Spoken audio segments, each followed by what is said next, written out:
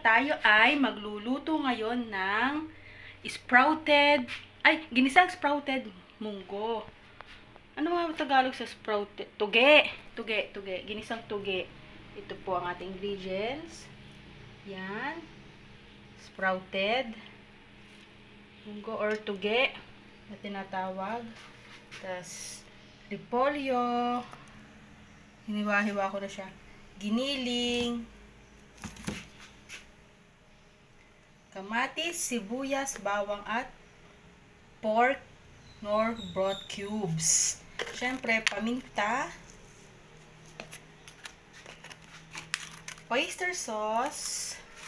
At yan lang po. Wala tayong magic ngayon kasi naubusan po tayo ng magic ngayon. Hindi na nakabili kaya ito na lang po ating gagawin. So, tara, simulan na po natin magluto.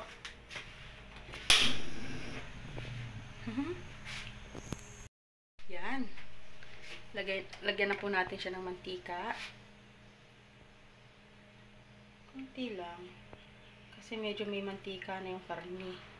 Yan, tama na yan. Okay, tama na yan. Ilagay na po natin ang bawang. Hintayin natin siyang maging medyo brown para luto talaga. Maganda kasi yung medyo nagbabrown na yung bawang. Dumikit.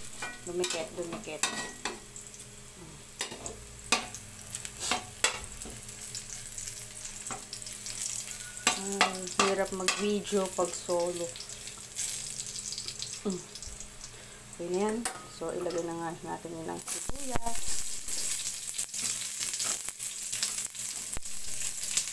Okay.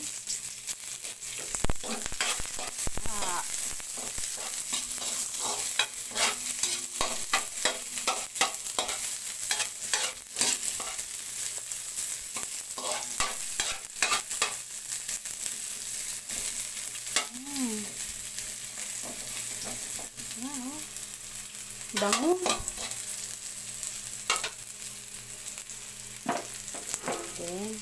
Kamatis. Oops.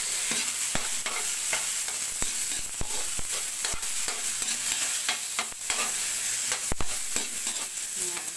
Nagsulit-sulitin natin ng konti yung kamatis.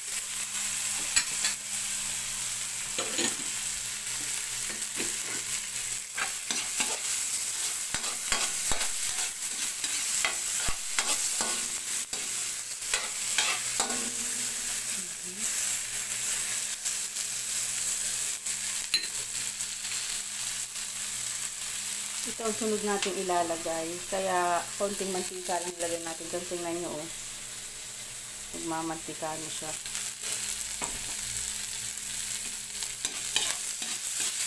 Nagulog-ulog pa natin ang konting kamatis. Pwede na yung ilagay. Ilagay na natin itong karne. Luto na to. Hinalbos ko na to ng isang araw. Para madali na siyang maluto.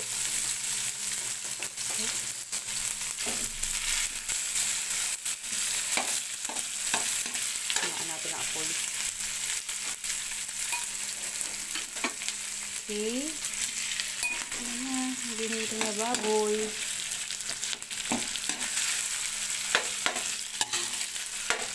Medyo tunog-tunogin natin ang konti para mas masarap.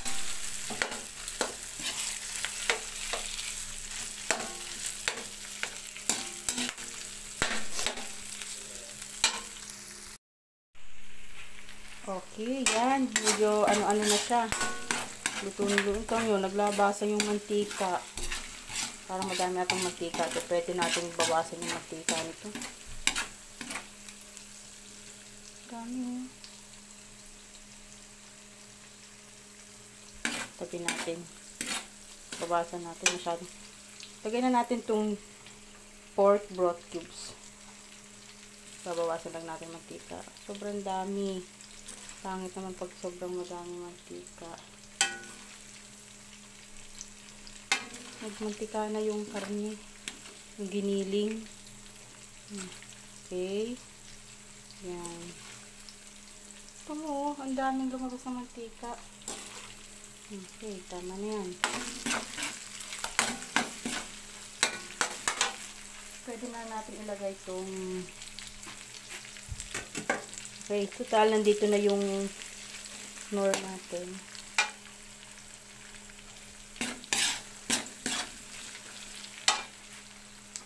Pwede natin ilagay na yung paminta. Tansya yan. Okay. Ganyan. Tapos oyster sauce.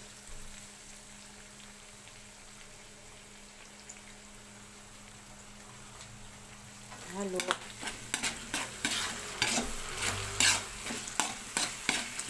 Sarap ng bango. Tapos itong sprouted munggo. Akala nyo madami. Naku, liliit pa yan. Akala nyo punong-puno. Halo-halo. Simple lang pong pagluto nito. Pwede nga itong gawing, ano ba yun? Yung lumpia. Pero ito, gulay natin. Ito, gulay. Ano natin lagyan ng sabaw. Isa muna natin siya.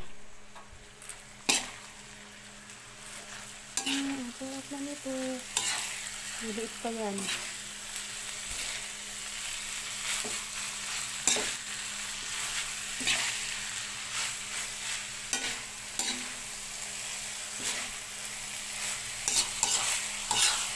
Okay. Ayan, kumukunti na, no? Yung iba, ang gusto nito, yung lutong-luto, sobrang lambot. Ako naman, ang gusto ko, yung medyo hapkok.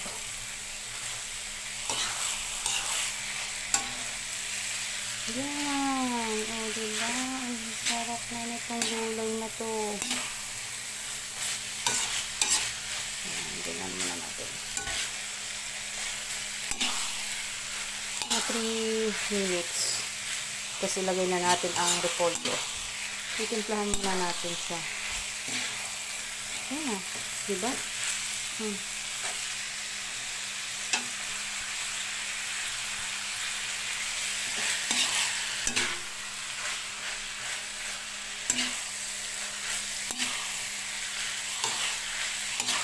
Pwede na natin nga ilagay yung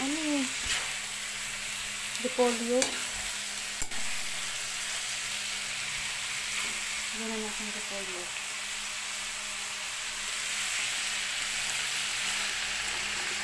Ayan na siya. Okay.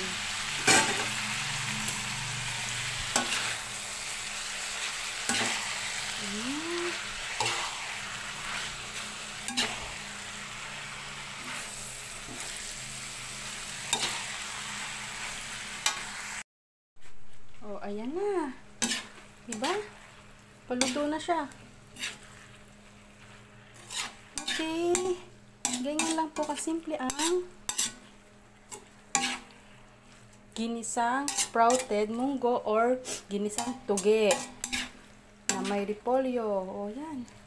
Sarap na nito. Pwede nyo siyang lagyan ng sabaw. Pwedeng ganyan lang. Yan. O, diba? Sarap ang bango. Tikman na natin.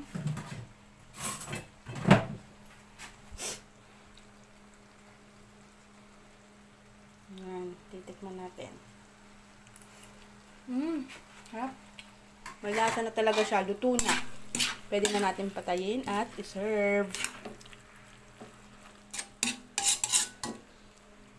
Yan na po siya. Luto na ang ginisa natin. Okay. Patayin na natin ang apoy. Hi guys! Ito na po ang ating ginisang toge. Kain po tayo. Sarap-sarap. Pwede nyo na po siyang gayahin at lutuin. Napaka-simple lang po, di ba? Wala pang 5 minutes. Naluto na po natin siya. Kain po tayo.